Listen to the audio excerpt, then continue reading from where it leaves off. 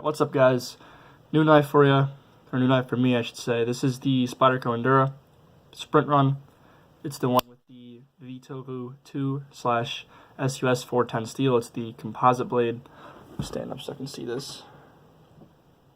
Yeah, you can see right there the line.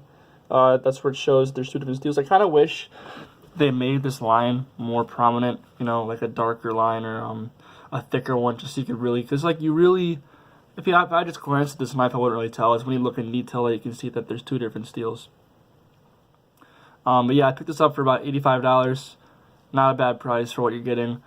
This is actually my first Endura, and it's also my first FRN handle Spyderco.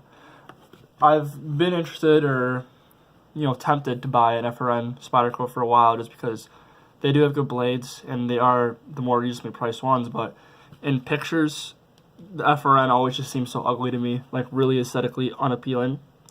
And it wasn't until I got this knife that I saw in person, that the FRN handles are actually really cool in my opinion. I like them a lot. They are strong, not as strong as G10 maybe, but they feel really nice in the hand. This bi-directional grooves, and they do here, really do help with the grip. And also, I do think they look cool actually in person, which is weird because in pictures I always thought they're ugly, but now that I have this knife in person, I think it looks pretty cool. But yeah, what's interesting about this knife again is that combination blade. It's still Seki City, Japan made, which is pretty cool. But this steel, V-Toku2, is not a very well-known steel in the knife community. I think in the past it's been used on a few Japanese like chef or cooking knives, but it hasn't really been into the pocket knife industry. And I've been doing some research on V-Toku steel, and it has some cool properties, and overall I think it's actually a pretty good steel for ADC. Now, if you guys are looking for something that's pretty rust-proof, like an H1 steel or something like that, you won't really get that with V-Toku2 steel. It's not like M4 or something like that, where it's very high carbon, where it'll rust very easily, but it will rust and it will patina. So definitely keep this dry if you guys have one.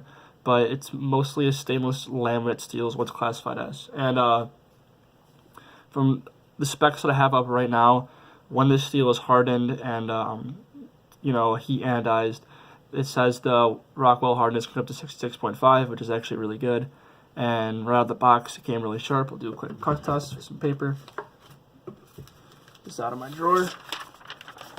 I actually have not cut, carried, or done anything with this knife. Just, fondled it. Let's see how it does. Oh, did all right.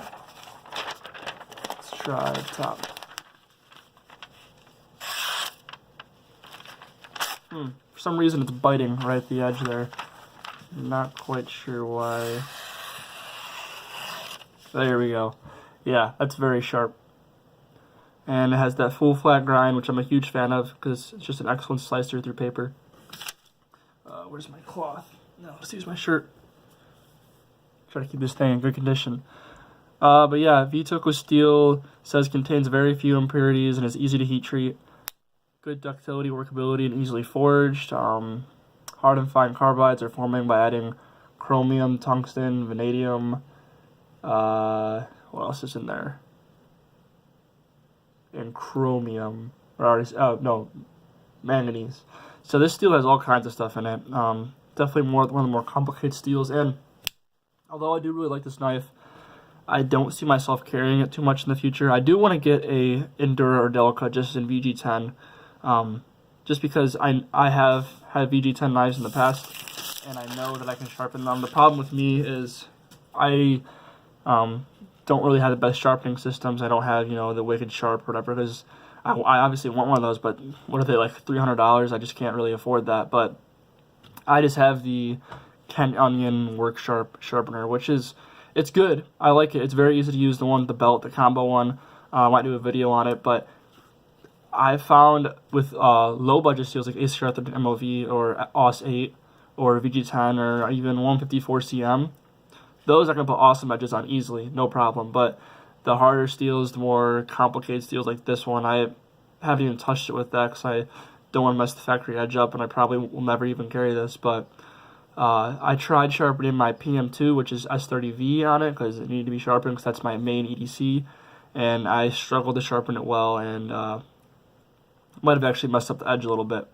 But I'm going to have that sent in and get like a professional edge done on it by someone that I know, which is good. But yeah, I really do want an Endura. I like the scales a lot, and it's just overall, like, obviously the lock back is, it's a very functional lock, but for playing with, fondling, it's not something like your compression lock or your frame lock that, you can just do it with one hand easily. You don't have to do that or whatever. So I do prefer the compression lock or liner lock just because it's more fun to play with, but the back lock, you do get that really strong, reliable lock, so I do like it a lot.